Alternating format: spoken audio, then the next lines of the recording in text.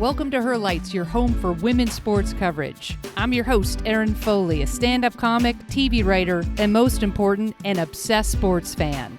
I break down the best games, highlight the best stories, and interview the best from the world of women's sports. So put on your jerseys, stretch out your hammies, and let's do this. Hello, Her Lighters. It's Erin Foley back in the booth talking women's sports. The booth today is an undisclosed hotel in Miami. I can disclose it. It's the A-Loft. I'm about to do a couple shows in Florida and then hop on a gay boy cruise with Atlantis Travel. All gay men and Erin Foley. Cannot wait. Okay, super excited for today's episode because we have an incredible hockey player, a champion at every level, the heart and soul of the OG Metropolitan Riveters. It's Madison Packer. She's been on my bucket list for a while, and I got her. Yes, I just high-fived myself. Okay, let's dig in. So right now we're in the middle of the hockey finals as I'm recording this. The Minnesota Frost are playing the Ottawa Charge. So if you aren't watching, jump in and get in on the action. It's phenomenal hockey. And Madison is a big reason why the level of hockey has grown exponentially throughout this past decade. She won an NCAA title at University of Wisconsin in 2011, a founding member of the NWHL in 2015, and won the championship with the Riveters in 2018, hoisting the Isobel Cup. So in our conversation today, we use a lot of acronyms and jump around a bit when we talk about all the different leagues that have existed while she's been playing. And I wanted to break that down for you because it gets a little confusing. But I'm telling you, getting the firsthand account from Madison was so interesting and a little heartbreaking and inspiring, all the feels. Okay, context. In 2015, the NWHL was created. That's the National Women's Hockey League. It was started by Danny Ryland, a former player. League was groundbreaking, incredible, but also underfunded, not great conditions, underappreciated, and the women could barely make a living. Welcome to women's sports.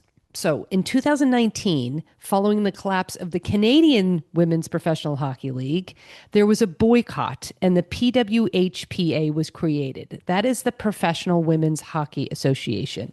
Think about that as more of like a union, okay? A union of players that broke off. These were the big stars of the game. These were all the players on the national team, your Hillary Knights, your Kendall Coyne, and they had a different vision for how to grow the game. Their goal was to, quote, establish a unified, sustainable, and financially viable professional women's hockey league in North America. The players included many who had been playing in the Canadian League, in our U.S. League. They were unhappy with the financial realities of the existing leagues, the lack of resources for professional development, and livable wages, okay? So that is happening in 2019. You have this fraction. So they go off and they're playing hockey, but not in a league. They're just doing different events and trying to spread hockey and spread the good word of hockey in a very different way. So at the same point in time, in 2021, the NWHL gets rebranded to become the Premier Hockey Federation. That's the PHF. There were 6 teams, 2 in New York, Connecticut, Minnesota, Toronto, and Boston. So Madison speaks to this really tumultuous period of time in women's hockey. These players had to make a really difficult decision whether to basically forego salaries and boycott, or in their minds, keep playing, keep women's hockey going, keep it visible. So the entire time, both the PWHPA and the PHF, again, that's the Players Association and the Professional Hockey Federation, they always had the same goal, and that was to improve the state of women's hockey. They just shared a different version of how to get there. Here's the last piece. 2 summers ago, the summer of 2023, the Mark Walter Group, now they own the Dodgers and they own, 17 other things. This includes Billie Jean King. They came in and purchased the PHF, the Premier Hockey Federation. They dismantled it and created what is now the PWHL, the Professional Women's Hockey League. That is what we have today. I know, it's a lot. As the world turns, has less turns. So Madison was in all the different leagues and gave me the inside scoop as to what was happening behind the scenes and how the players felt about it, what their options were, and where the league is today. I'm telling you, it's such an interesting story. And to get her account of what was happening, it was just, I just absolutely loved it. She's the best. You're gonna love her. So let's jump right in. Yeah. Shout out to I just want to know I pulled this Wisconsin hockey jersey out of my closet. That's a throwback. This I was performing. I was like, wait a minute, that's right. She went to University of Wisconsin. I was performing at Comedy on State at Yeah. Madison. And someone came up to me after she was hammer time. And she was just like, you love sports and blah, blah, blah. Because I always talk about sports on stage. And I was like, ah, blah, blah, blah. And then as the night went on, she was just like, take it, take. She was wearing this jersey. She's like, take this jersey. I go, I'm not taking. She goes, no, my ex played on the team. I mean, she was wasted. She's like, my ex played on the team and I don't even talk to her anymore. Take this jersey. And I was like, okay. That's amazing. For my future lady sports cave. So I was like, oh, I gotta bust it. I don't even know what does this even stand for? The Western Collegiate Hockey Association. That's our conference. Because the men used to be in the WCHA, now they're the Big Ten, but there's not enough women's teams to form the Big Ten because Michigan State, Michigan, like they don't have them. So they're the women's conference is the WCHA still. Wow. Well, Yeah. that's why I was just like, wait a minute, I think I have an old jersey. And then I was like, what the heck does that stand for? I was That's a like, well, good this is one. the perfect person to ask. I Yeah. have not ever worn this. So I'm like, let me bust that out of my old sports paraphernalia. What a dork.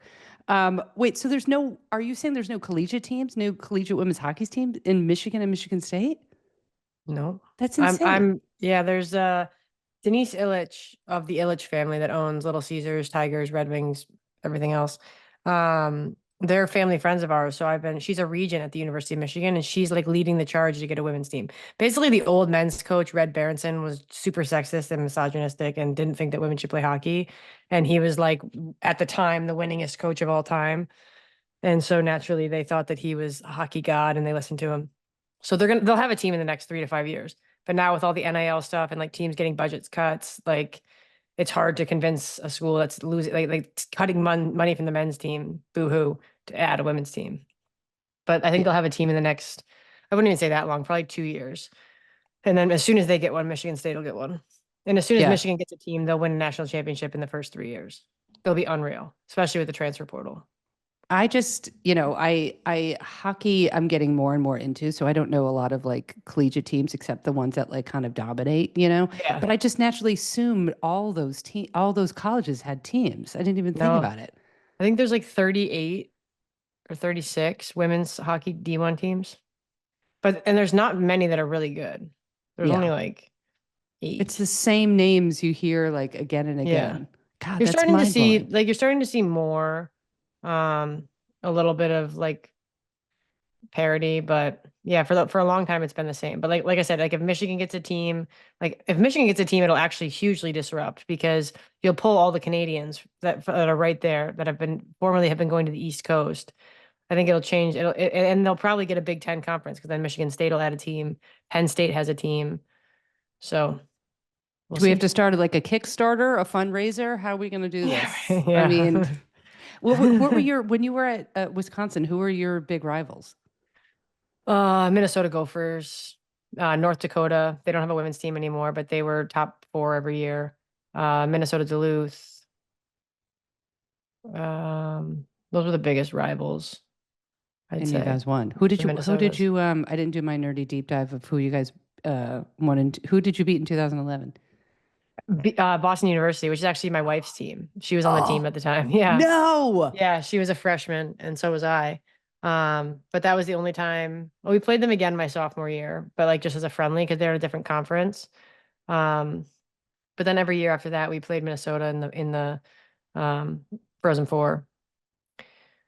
Wait, did you know? I know this was going to be my like 10th question in, but Okay. now we have to like discuss this immediately. Wait, did you clock her in any way or was it like, you guys met a lot like much N- later? No, I had no idea. It's funny when we talk about it because she's like, yeah, but like we had very different like journeys. Like I was recruited by every school that had a D1 team and could have gone anywhere and was like top two or three in my recruiting class.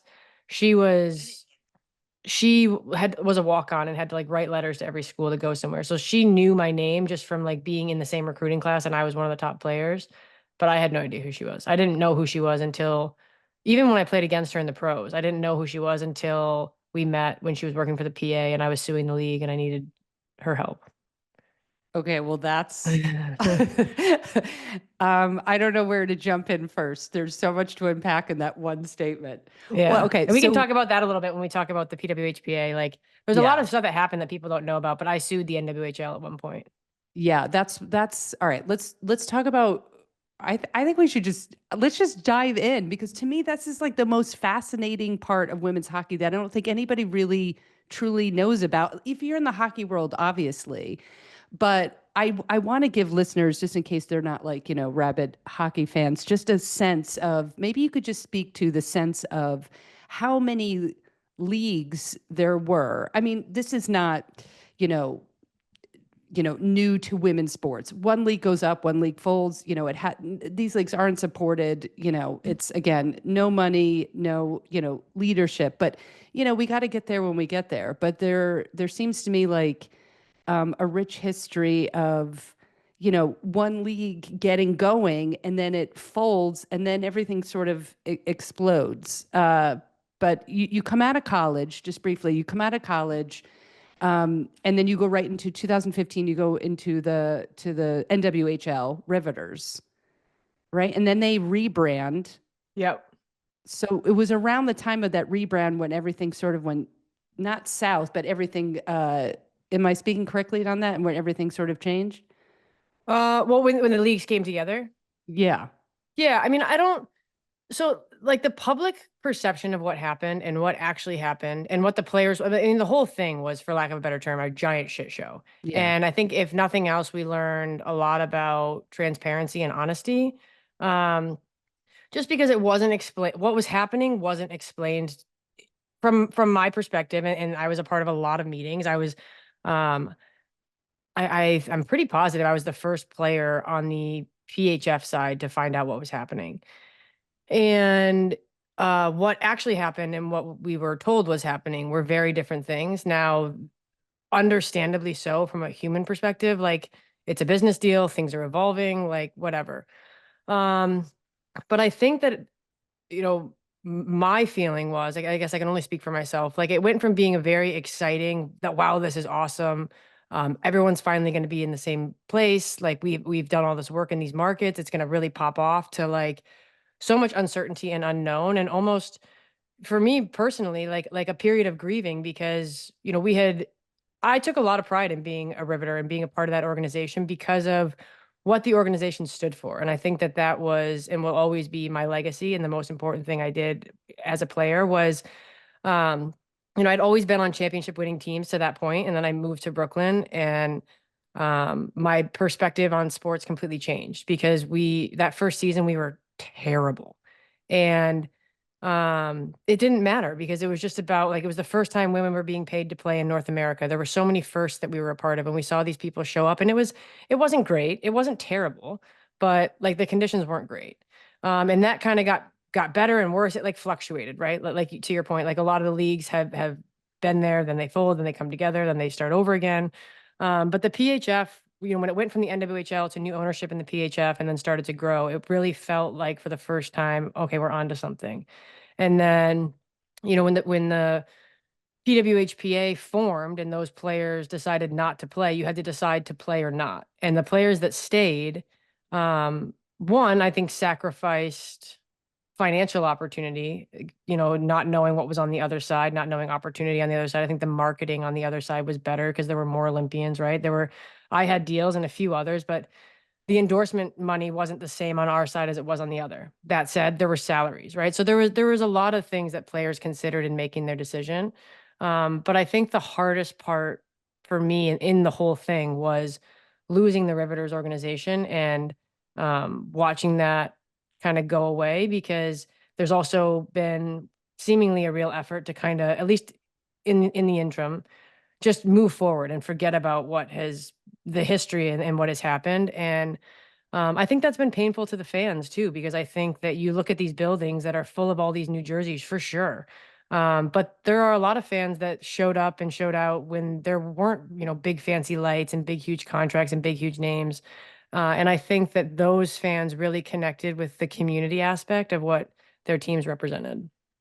Yeah, just for context for listeners, and honestly, quite frankly, myself, um, you're talking about a period of time where it went from Riveters, just to back up for a second. Yeah. 2015 it's Riveters. And then the rebrand with the Premier Hockey Federation, that's when it went to Metropolitan Riveters, Yeah, it was right? the New York Riveters because we were playing in Brooklyn. Then we had Yeah. moved to New Jersey and stayed the New York Riveters and like got a lot of feedback from fans that wasn't great. So when Yeah. the rebrand happened, the rebrand of the team happened before the rebrand of the league. It Yeah. became Metropolitan Riveters and then it became Premier Hockey Federation. Yeah. So the just to explain a little bit for listeners, the Professional Women's Hockey Players Association, that's what you were just talking about, where they formed. It was I think I read it was like 200 players, and that's where the split was, right? It was between them the whole. I'd love for you to talk about like sort of the reason behind that because I think that's so interesting and the choice that you had to make. Yeah, so essentially, I don't know the exact number of players. Essentially, though, the controlling party were the national team players. Um, and those players felt that the conditions were not good enough in the NWHL / PHF. Um, to clarify, the majority of the Canadian national team players never played in the NWHL or the PHF. They played in the CWHL. So when the CWHL folded, those players said, "We're not going to play in that league. We're going to start something new." Um, it's difficult for me to consider the PWHPA a league because those players weren't paid. They were paid if they went to showcases, but like the teams always changed. The number of registered players was never the actual number of players that were a part of that union, which we saw just when the leagues came together. Like all these hundreds of players all of a sudden diminished to less than 40% of the draft eligible pool. So it was really actually very confusing because the mission statements of both leagues were the exact same. Yeah, One that is group of players confusing. just felt like I think there was a difference in opinion on what equity looked like, and I think that there was a difference in opinion on um, business operations and how we get to that end goal together. Um, and I think you still see that. I think if I'm being frank, and I mean no disrespect, my problem with the PWHPA was always this is not what's best for the majority of the player pool. This is not what's best for the game. This is what's best for the top 5 to 10% because Yeah. it ensures that 5 to 10% gets paid and gets what they deserve. And don't get me wrong, you should Yeah. absolutely. I mean, I wholeheartedly believe that the best players in the game should be getting paid the most money. I think that Poulin should be making millions of dollars, but we're not there yet. So to say, we deserve more and everyone else deserves what's left is unreasonable. And I think that, if you look at the Riveters, our last season where the salary cap was, I don't remember what it was, between $2 and $3 million per team. Every player on my team was going to make a minimum of $55,000 or $50,000. And the player that was making $50,000 was going to live with me for free. And that's equity, right? That's a living wage. That's fair. That's reasonable. You have healthcare, but that was by bringing all the players to the table. Excuse me. That was bringing all the players to the table and saying, okay, we're not going to pay anyone more than 100,000. Now, do we have players on the team who deserve to be paid more than 100,000? Sure. Right? You have players on other teams that were making 135. But where we were from a business perspective and what was sustainable in a market like New York was to ensure that everyone was making enough money that they could comfortably survive. Because then also those players that are making the 85 to 100,000 are going to have endorsements. Like no one playing right now is going to get rich playing. And so I think that the players of the PHF just felt like this is a more fair and sustainable model long term because you look at what's happening right now in the PWHL, you have a few players making 80 to $100,000, and then you have a lot of players making 35,000. And no one's talking about that, but that is the God's honest truth. I mean, like we all know how math works and averages. Like You can have a lot of people making very little and a couple people making a ton, and your average is going to be Yeah. 50,000. You're So, like, that's not the full and story. Yeah. Yeah. salaries aren't public. And again, it's the best thing for the game to have all the players in the same place. But there's a more equitable and reasonable way to get there and faster. I Yeah. think because you're also seeing really good players who have to make a choice. Well, I can't play hockey again for 37,000 and then 39,000 because I'm never going to get a big increase. And those players are important. So every year you're going to have all this turnover of players who can't afford to play, and it's an 8-year CBA. So meaningful dollars cannot change for another now 5 years. I didn't know that it was an 8-year CBA. Oh my God. Wow. Yeah. It's a lot. And it's again, Yeah. but it was, in my opinion, the CBA, which was not allowed to be voted upon by any player from the PHF or the NWHL, which is also doesn't make any sense to that player pool, but we weren't allowed to vote on the CBA. So it's either play or get lost. But in my opinion, the guarantees and beneficial language in that CBA benefits one small portion of people who will be gone before the impact of the negative clauses hit the player pool. Wait, just to be clear, are you talking about, were you talking about that's when the split was? Or are you talking about now? I'm talking about now. Are you talking about now? Okay. Yeah. Yeah. I just got a little confused there because I know, yeah, the PWHPA, that doesn't seem like a league at all. Yeah, I know there was like a number of like events and stuff, but so okay, I see what you're But saying. the It gets a little PWHPA, confusing because yeah, there's so it's a much lot. drama and there was so much turnover. The PWHPA was essentially what became the like quote unquote ringleader. Like everyone's like, Yeah. oh, the leagues are coming together. But then a lot of mostly staff, honestly, because when the players came together, I don't know the exact split, but there were more players from the NWHL/PHF that came into the new league than PWHPA players. But all the players came together. Then the PWHL formed a new management group. Like the commissioner of the league now, Jana Hefford, was the head of the PWHPA. So there were a lot of things that were confusing. Like, is this a fresh start? Are these groups coming together? But any leadership from the former PHF was eliminated. It was basically just your league was bought for players.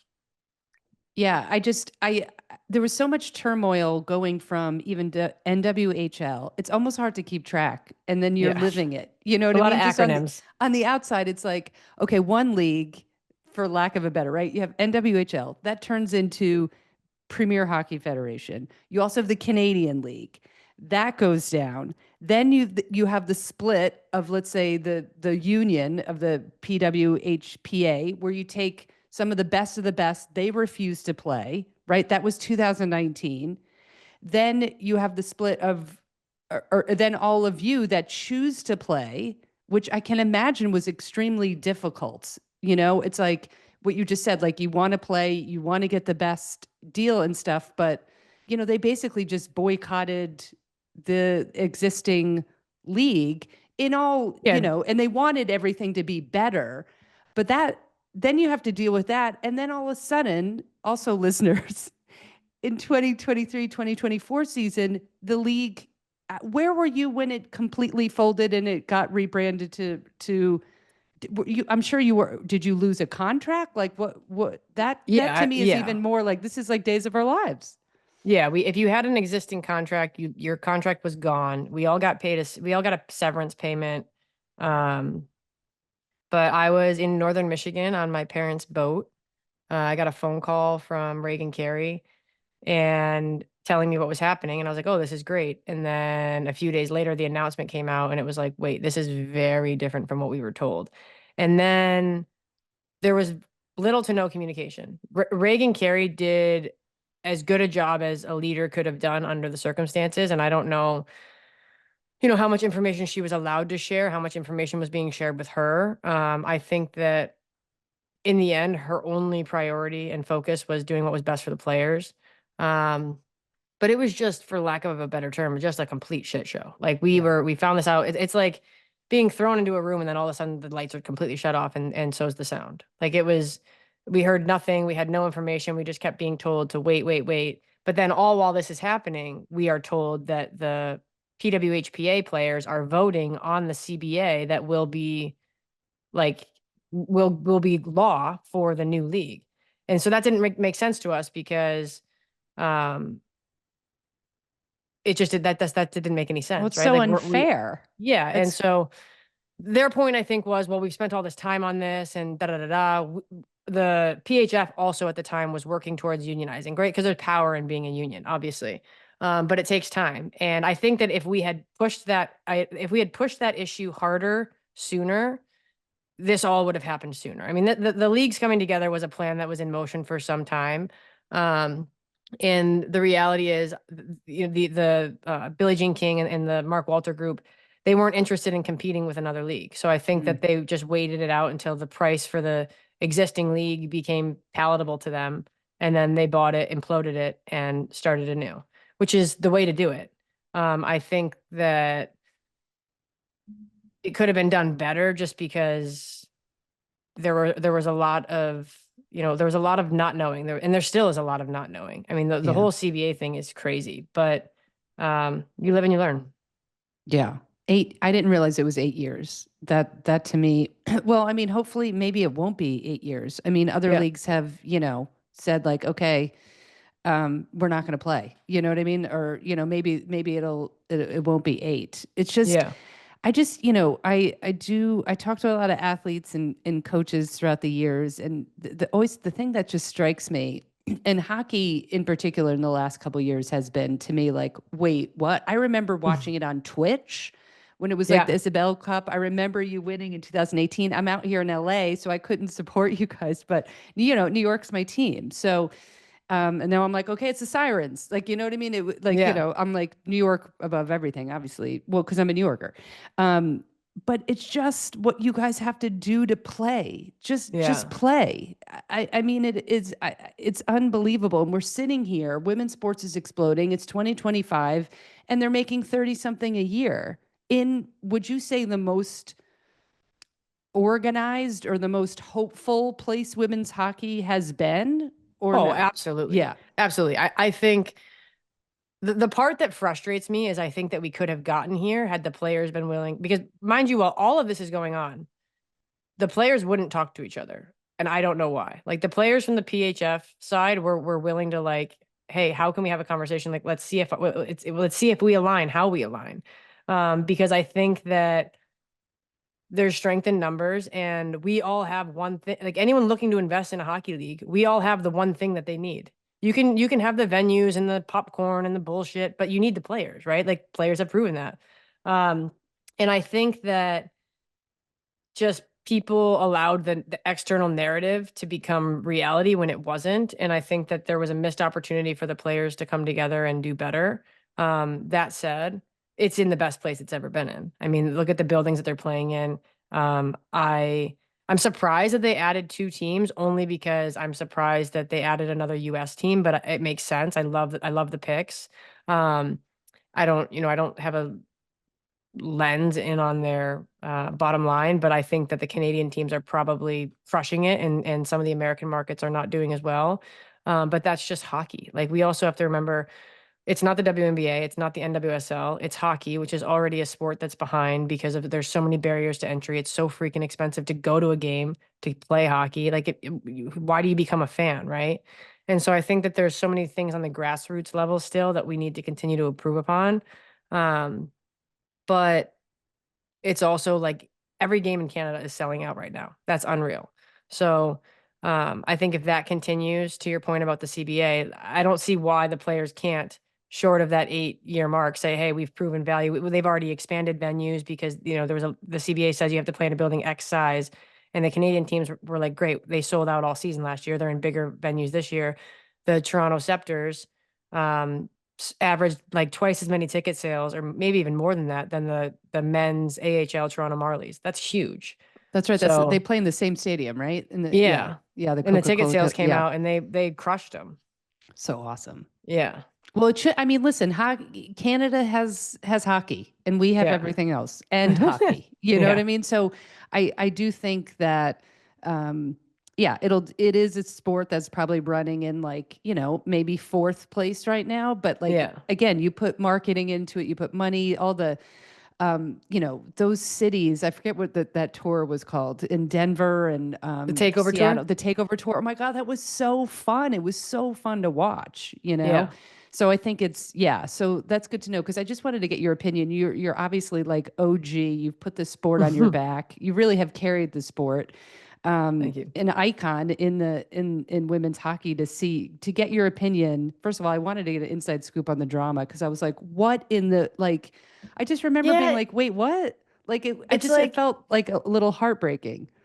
I think the only drama, right? Like there was so much like media drama around all of it. I Yeah. think the only drama, and I say this every time, I took great exception to being called a scab. And when one player from the PWHPA referred to all the players in our league as a bunch of washed up beer leaguers, because one, that's not true. That player was my line mate at the University of Wisconsin, and I fed her the puck the year she was nominated for the Patty Cavs. So everyone in that league is not trash. But also, those are people who are keeping the game alive, right? Like Yeah. it's like the replacements. And I firmly believe that had the NWHL / PHF gone away entirely and we all went over to the PWHPA, what would have been the incentive of the Mark Walter group or Billie Yeah. Jean King, right? Like there is truth, and same for the other side. Like we got more interest and et cetera because here's this league of like a few good players and then a lot of players that probably wouldn't have played pro had everyone not locked out. But I mean, we played like that for 4 seasons, right? I mean That was that's incredible. five, Yeah. 6, 7, 8, yeah, 4 seasons with no Olympians where the ratings were continuing to go up, the salary cap doubled 3 times.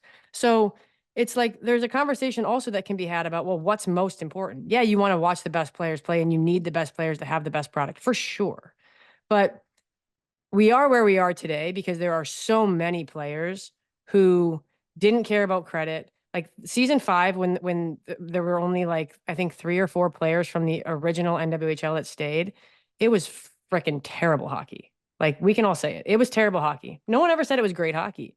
But we believed in what we were doing because we wanted the end result to be X. Same thing as the PWHPA. But I think that the difference in approach to respecting one another and one another's like right to make a choice and then just put your head out and do the work. That was the only like drama I think is that there were a few times where shots were taken at the players on our side for not being good or being scabs. I mean, there were also players in that league who were offered spots on world championships teams, myself included, if they would stand in place of the US players who were boycotting for more money. All of those players stood in solidarity with the US national team. So we all had an opportunity to be on the world stage on home soil, right? Probably again would have not been the best team, obviously, because all the best players locked out, but a scab would have taken that opportunity, Yeah. right? There's a difference. And um, so I think that's the only like drama or like bitterness that I have about it is Yeah. that Yeah. we can agree to disagree, but at the end of the day, we all want what's best for women's hockey. And you just can't refute that or ignore that. Like the track record of the players on the PHF side, no one was getting rich doing what we were doing. We were doing what we were doing methodically, and we're all here because of it. Yeah, that's such a good point. I mean, how do you, given, um, overall, I think because hockey is below the basketball and the soccer and Mhm. stuff, so it's already like, a little bit tenuous as far as like huge amounts of support. Then you have women playing, so uphill battle. And then, you're pitching to Billie Jean King and Mark Walter, and there's no existing league that they can go in and get like a tangible league, just an idea of a league past. That's Well, and look something at to the really be markets said that they're about in, that. right? Yeah. Look at the markets that you're in. Look at the at least 40 to 60% of the jerseys in the stands at those games are from before, right? And it's not Yeah. who like it's not about credit, right? But that's the part that rubs me so wrong is Yeah. that just say nothing. But don't Exactly. don't take the opportunity to like disparage or like denigrate because if anything, you should have more respect for those people who, despite all these things that were being said about them, they still showed up and played. Like their families were watching that on television. They were reading those things in the newspaper the next day. And I think that I'm a firm believer that history gets it right. And Yeah. I think that in due time, when everyone's done licking their wounds, right? Because like I said before, like there's also been a great grief and loss period for the Yeah. players of the PHF who lost these teams, lost these identities, thought they were going to play pro, like signed contracts. And then a lot of players that signed contracts didn't even get a sniff in the new league. And maybe rightfully so. And in some cases, absolutely not. I mean, there were also players who their careers were ended because of it unfairly. Um, but I think, and so my hope is at the end of the day, when we get past like all the like the spotlight and like the attention grabbing, we can look back and say, wow, look at all these women who carried the league to the point that it was able to fly.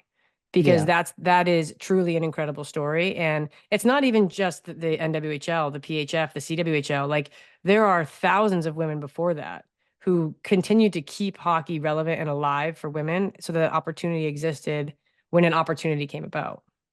Yeah, all the collegiate teams when there was no opportunity to turn pro. I mean, you see this in every single sport, and it's like those women's stories are the ones that I'm the most interested in. I'm like, oh my God, they played like when there was like literally nothing. And how do you keep yourself motivated? Hold on, Yeah. before I jump back in, when you were playing in college, timeline, your did your senior year go right into the formation of the NWHL? Like, did you when you were playing in college, you're like, oh, there's a pro league I can play in? I got super lucky. So my last season of hockey was spring of 2014. I was done. We lost in the Frozen Four to Minnesota. And I was no longer an active player in the national team pool. So I literally came off the ice, went upstairs to my parents, and I'm like, should I even put my bag on the bus? Like I was so I didn't know, but like it was Yeah. gone for me. And I had one more semester of school because I took my time. And Well, you're I you were did, yeah. playing at the I highest level. I had one more semester of school, so I didn't play. I stopped playing hockey, and I did an Ironman because the guy that used to be the gentleman that used to be the head of player operations for the team was like a big Ironman guy. So he talked me into doing it. I'll never do it again. I was in a wheelchair for a month afterwards. Okay, let's just pause here. You just said the statement, I stopped playing hockey and I did an Ironman. That's Well, yeah, 'cause I stopped incredible. skating and stuff, and I'm like, oh, I can do an Ironman. Don't do it. It's so bad for your body. The bike and the swim were fine. It was the marathon that killed me. Oh, but at the same time, how do I you know do that on the it's same? That's it's crazy. Well, criminal. it's you're ultra competitive and Yeah. you've obviously insanely fit, but holy shit. I just It love was that sentence. I stopped playing hockey at the yeah. highest level and I did Needed an needed something to Ironman. do. But so I was like, I'm not gonna play anymore. And then graduated from school, moved back home, started I was gonna go to law school. So I was living at home, working for my dad's business at the time, uh, prepping to take the LSAT, and I got an email from Danny Ryland that was like, hey, would you be interested in this open tryout? It's in Windsor, like all this information. I'm like, all right, well, like I'll go. I was at that time I was back home living in Detroit. So I drove across the border, all the respect and love to these women. It was awful. I think I had 47 goals in a 30-minute scrimmage. And then the coach was like, you can get off. And then like every athlete on the planet, I'm like standing in the lobby. I'm like, oh, I wonder if I made it. Like I'm like antsy. Like we didn't really know what the process was. And I overhear Danny talking to all these players. Oh, this is just the first tryout. You need to come to Boston for the second tryout in July. And then, we're going to pick teams from there. And I'm like, "Ah, I can't do that. Like, I have to make a decision about what I want to do. Like, there's no way I can do this." And I talked to her next and she's like, we want to offer you a contract to play in New York. So I was like, are there any other teams? She's like, nope, you have to play in New York. So I didn't have a decision on the team. She offered me $15,000 to play in New York, which at the time I'm like 15 grand to play hockey. Yeah, but I had never paid a bill before, so I didn't know what that meant. Um, but I talked to my parents. I'm like, I want to go to law school. Like, I can work remotely and study for the LSAT and play hockey for a year and be a part of this thing and then go to law school. And now I live in Connecticut with a wife and two kids and a mortgage. And I played 9.5 years of pro hockey. Oh my God, that's so, And I oh my did God, I not go to love law it. school. Yeah, well, because you shouldn't have gone to law school because you're a professional hockey player. Yeah. You were like a MVP, face of the league champion. I mean, come on, you at law school? What a loss for hockey. Well, Yeah. you wind up doing what you were supposed to be doing, but it's just incredible. I also these stories are so inspirational, but also a part of me gets so angry because I look at men's salaries and I go, I can't even. But That's just me. I've got to. My dad literally said that one time in I went and was visiting a bunch of schools. I will never forget this. It's burned into my memory. Bob Duraney used to be the head coach of Providence College, and at the time he was the coach of the US U18 team that I had just made. And I want so in my head, right, I'm like, I have to go to Providence because he's the coach and I blah blah blah. So my dad's sitting there talking to him and they're talking about like players and all this stuff and what the players in the NHL are making. And my dad goes, yeah, well, if any of these girls had penises, we wouldn't even be having this conversation right now. And I was like, Dad, I cannot believe that you just said that to Bob Duraney. And that was the last time that I let my dad come into an interview with me.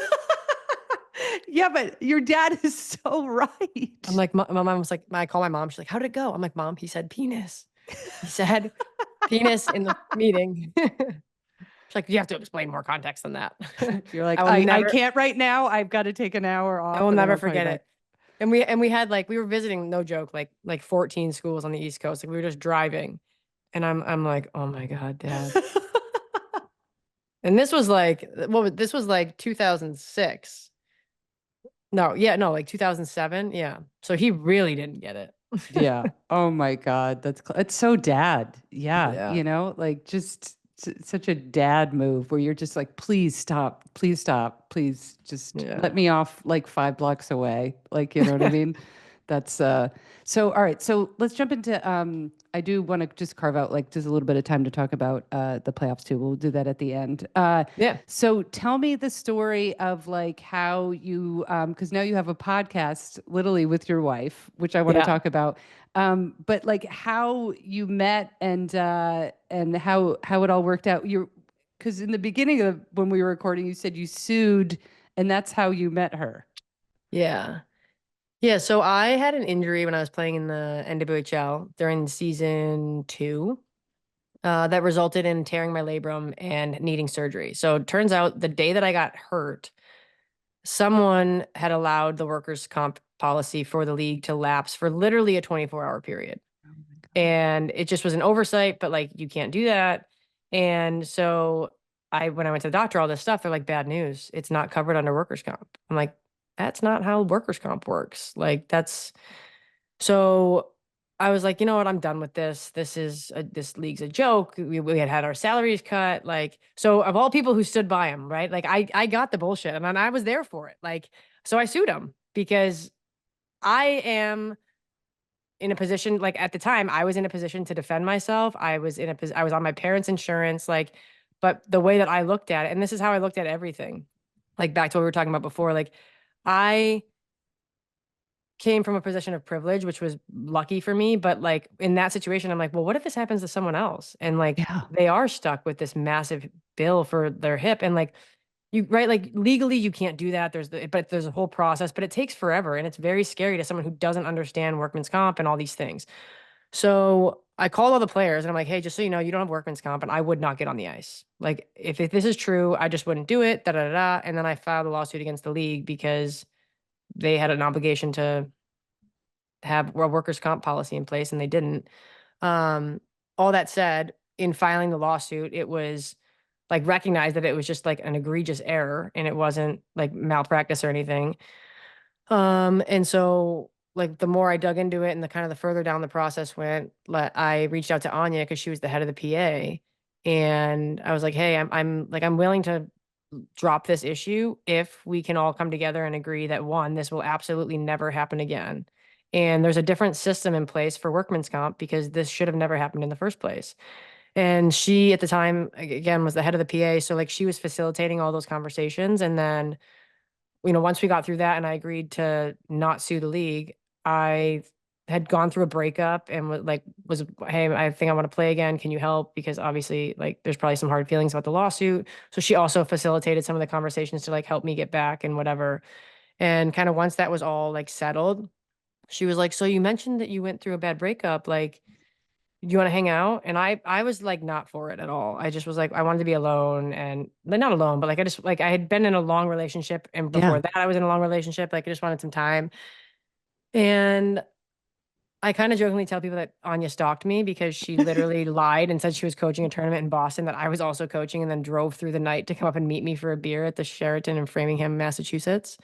And We were going to meet for one beer, started talking, and we literally watched the sunrise from the parking lot at the Framingham Sheraton, and the rest is history. Nice. Oh my God, that's awesome. I'm on And she didn't tell me about the that she wasn't coaching until after we were married, good for her. I which would I keep was like, that. I would keep that's that like on some the down stalker low. shit. It's stalker or like just like aggressive courting. Yeah, You know what I yeah, mean? It just really depends on the yeah, language. Oh my God, yeah. I love that. But that's so fun. Wait, so and now you have two kids?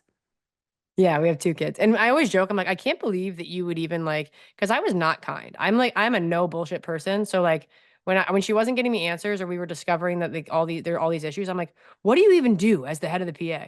Like I was not kind. I was disrespectful probably. Like I just was like, I was so frustrated and I would just like rip into her and then she would like get off the phone and go like find me 5,000 answers. But yeah, now we have two kids, one who looks just like her. So cute. I love that you were like ripping her a new one, and then she's like, "Hey, can I come to Framingham?" Yeah, now when we argue or I'm like upset about something, I'm like, listen, you knew from day one. The expectation is high. We're on a tight ship here. And wait, how old are your kids? Our son Waylon is 4 and our daughter Harlan is 2. And I love the pictures of you coming off the ice yeah, with the little ones. It's so precious. they're I a mean, nightmare right now. We have no childcare, so it's like hell. oh wow. You're like go outside and pretend you're playing hockey. Yeah. Just go. That's how my mom there's three of us. She's like, just go. Like that was the day. She's like, just go outside and don't come back. You know, I mean, like, Yeah. you know, when the sun goes down or Yeah. whatever. But Yeah. Yeah. are they like little athletes? They must be. Are they running around nonstop? Yeah, Waylon is in they're like they're so young and like now there's like kids that literally specialize. Like there's his T-ball, he does T-ball. And there's this kid that's 5 on the 6-year-old team who only plays baseball. I'm like, no, Waylon, What? Waylon Oh, does all of that's it. So we've been kind of on a world tour because when I retired, we never traveled when I was playing. My kids had never, like mostly Waylon because he's older, he'd never gotten to ski or do all these things. So we went up to my parents' place in northern Michigan at Christmas and taught him how to ski. And then we went to Jackson Hole, we went to Idaho, we went to California, Colorado. Like we just went all over the West Coast and then we went down south. And now we just got back home. And so he's going to get into soccer, baseball, and either football or jujitsu. He has to pick one. And then Harlan is going to do ballet and dance, which nice. I'm struggling to understand the difference, but we're going to do both and see how it goes. Just a couple twirls, and it could be dance or a ballet, but Yeah. it'll double up at one point in time. So maybe there'll just be like one thing that you have to drop her off from. Yeah, well, Um, dancing you have to specialize at 3 is my decision. So, just and then really your dance moves don't really develop. I'm speaking just from personal experience until alcohol comes in around your yeah. 20s, and then you're like, "Ooh, I found new moves that I had never known before." So she's got plenty of time to develop those. Is this like a silver lining of the retirement? I mean, I know obviously that was hard, but when you're it feels like your body and mind sometimes aren't in the same space, but how's retirement been? Like, are you competitive? How do you get out that competitiveness? I'm still figuring that out. I Yeah. still punish myself in the gym. I think we had a guest on our podcast, Ashlyn Harris, who said something that has stuck with me literally since she said it. Our ability to sit in suffering as athletes is like unhuman. And I didn't really I was like, that's so true. But it didn't hit me until I stopped playing. Um, because like I still feel like I have to go to the gym and punish myself. I still feel like I have to do like that part of me is not doesn't just go away because you stop playing a sport. Yeah. And so I think that's probably been the hardest thing, honestly, since I retired. Like what I want to do next for work, like all that stuff. I have endless opportunity and like stuff I'm working on. Time with my kids has been honestly the most rewarding and best thing for me. Like I've literally been on a 6-month vacation. It's been amazing. Um, but the identity piece is like really hard because like it's just what does that new identity become for so long? I mean, it's similar to becoming a parent, right? Like now I'm a Yeah. mom. But literally everyone in my life, my entire life, I'm one of 4 kids. Oh, you're the hockey player. Mm. Um, and I still get that. Like I am still a hockey player. I will always be known as a hockey player. But I think it's just finding Like I've people talk to me about coaching and these other things. Like I can't do any of that yet. I got asked to go to join a pickup league. Like I think it's still too like I'm still too dialed into like my playing perspective and also like the competitive aspect of that. I would fear the other team if you just casually rolled into a pickup hockey league. I mean, you would kick so much. I would just be like, oh my God, of course. If I saw you coming and I'm just like drinking a beer, like trying to play hockey, I would be shitting my pants. My trainer from back home, her girlfriend plays for the Little Caesars like senior B or C team, which no disrespect, I'm sure they're all great. But they're like, "Do you want to come to nationals with us?" I'm like, "I'm pretty sure that will be heavily frowned upon if I roll in with my Like a New York ringer? Sirens." Yeah, like I roll in with my New York Sirens bag and like a case of Busch Light, and I'm just like, I'm here for Little Caesars. What locker room are they in?" Like, but I mean it's fun. Like I love hockey. I just I don't know. I've been golfing a lot. That's been fun. Anya and I are pretty competitive with each other in golf. I also played a lot of pickleball down in Florida. Those old people are They're they're good. brutal. I think They're yeah, really good we were down there for 9 weeks and I only won 2 games. because that's all they do. I I mean, mean, like yeah, even they're out here and in LA, people are, I mean, I go to like open play and then I'm just like, it's 8 a.m., 8 to 10 a.m. is the only time you can like sign up and go. Otherwise you have to reserve the court. I'm like, could we take it down like 20 notches? It is literally 8 in the morning and I'm there for like fun and exercise. And these people are just, I'm just like, oh my God, it's there next was level. there was this guy. He had to have been between 79 and 82. Had to have been. And he showed up a little bit late. And so he like comes in and he's like, "Oh, can I get a warm up? Can I get a warm up?" And we're like, "Oh yeah, for sure." He was playing against Anya and I, and he was playing with another woman who's very good. We give him a little warm up, and then he goes to serve and he missed. And I'm like, "Oh, you can have a breakfast ball," like thinking I'm being nice, right? Then he serves like eight right down the line. Like literally, we were then serving 08 and Anya served and missed. And he goes, it's her serve. Like we thought he might like after he Oh, just annihilated us. Then I'm talking to the people off the side of the fence. I'm like, what's that guy's deal? And one of the guy goes, "Oh, that's Rod. He chugs 3 beers every morning before pickleball." no, no. I'm like, What? I'm like, I want to meet Rod's wife because I got to figure that plan out. That is, so He he's goes, playing like heavily buzzed on the court. it's unreal. And he has like the glasses, the high socks. Oh my He God, I want that life. bamboozled me. I will never give another breakfast ball at pickleball. Oh my God, I love it. He just like smells like, yeah, Bud Light in the court. And you're like, I got this. And then he just Yeah. destroys. And you're like, all right, well, like lace him up on the ice and I'll destroy you. That would Yeah. be my comeback. Just a couple more questions. We're in the middle of the playoffs, obviously. Tonight, as we're recording, this will air next week. So we've got Minnesota, Ottawa. I went into the playoffs cheering for, obviously when my team, New York, leaves, then I have to go. Do I like the city? Or is there there's a whole Yeah. level of fandom that I go down. And I thought, well, I was so happy for the Frost last year. Because I hate all things Boston. But I was like, well, maybe it'll be good for like someone else to win. So this first round, I was like, Toronto, Montreal, cheer for Toronto, Montreal. Okay, so both those teams lose, but I want to get you're the pro here. I happened to put on the Montreal Ottawa game last Sunday. It was 11 a.m. my time in LA, and the game ended. Of course, there's breaks before periods, in between periods at 5 o'clock. It was the four overtime game, and at some point it was just on in the back because I was like, I can't. This is. Yeah. I gotta work. It just felt like to me, and again, as a non-hockey player, it felt insane. It felt like Yeah. we were hurting the player. Like it got like I was like I turned into a mom, and I'm like, none of these women should be on the ice right now. Is that a potential? I'd love to get your thoughts on that. Is that a potential rule change in your mind? I don't think so. I think at that point it just becomes like survival of the fittest. I mean, there have been games that are longer. That's the longest women's game, but there was an NHL game that I want to say went into 5 overtimes or six, maybe for sure five. Um, but it's just like you just have to push through and you start to I mean, you also throughout the course of a game, right? You might play your fourth line anywhere between 4 and 8 minutes. And then, your top line gets a lot, usually, 20 to 24. So as the game drags on, like you start to see different players mix in, but the whole pace of the game will start to slow down a little bit. They've got everything they need in the locker room. And I think at that point, it just becomes a mental game and you have to power through and push through. I've never played in a game that long. I think the longest game ever played in was a double overtime game. Um, but it's like you feel your body getting tired, but you're so like ramped up mentally.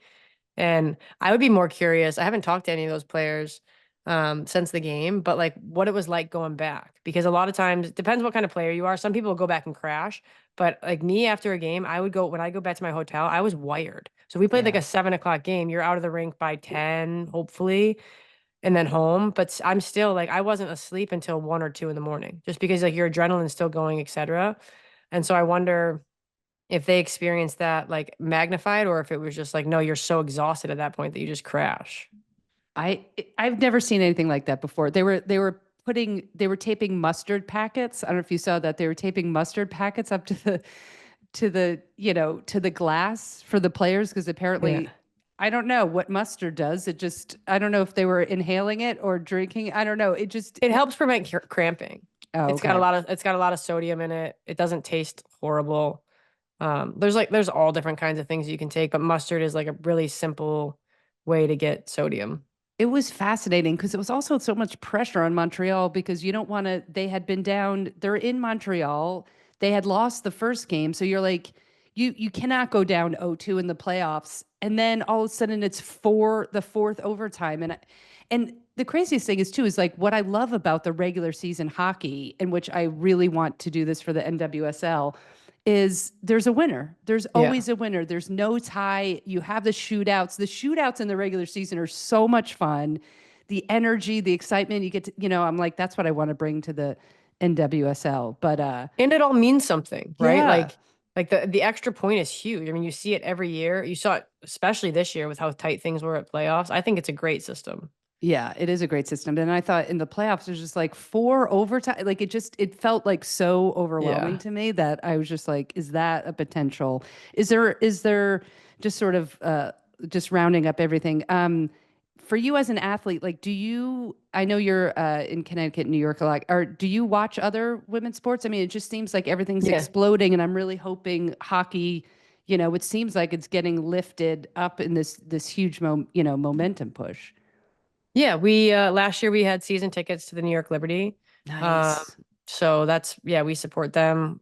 We didn't do season tickets again this year because we literally only went to 5 games last year. But we have 2 kids. So Yeah. Yeah. we're Fair gonna do enough. our best to try and my son loves it. He loves the Liberty games. And we sat courtside, so it was just like the way that they do it in the WNBA is unmatched. It's an unreal experience at Barclays Center. Um, so we go to those games as much as we can. We've been to a couple Gotham games. My wife is actually not good friends. My wife is friends with Allie Krieger, who runs their Yeah. community. I should know what She she does does. something. Yeah.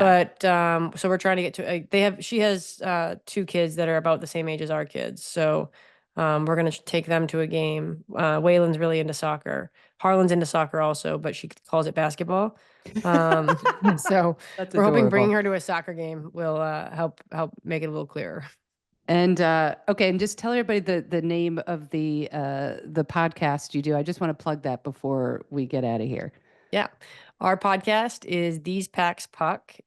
I'm the co-host with my wife Anya, and we talk about basically the craziness of parenting and what it was like being a pro athlete. And now my wife is an executive, and I'm navigating the next chapter of my career post athletic retirement, just what that's like being moms in the crazy and evolving world. And we have a lot of other current and former athletes that are moms, mostly moms, but sometimes not. And then we also interview like sports psych people, a lot of people that you maybe wouldn't typically hear from, I guess, that I've worked with over the years, and Anya as well.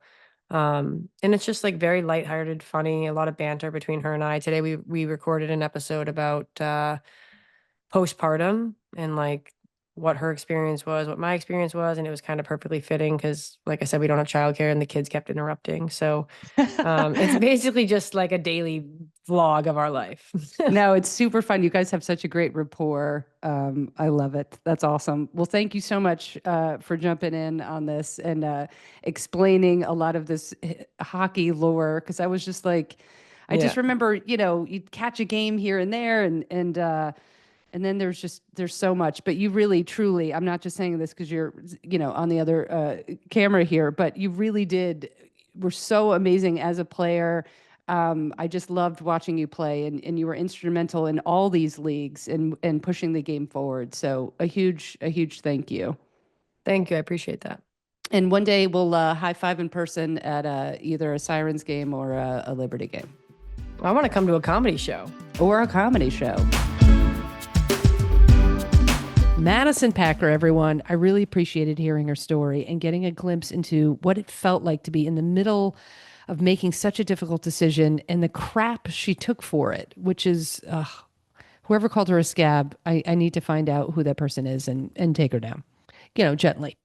And part of the story, which we didn't even really get into, is that Madison is also an icon in the queer community. She's been out and proud since day one. And that is also a really difficult decision you have to make when you're a professional athlete.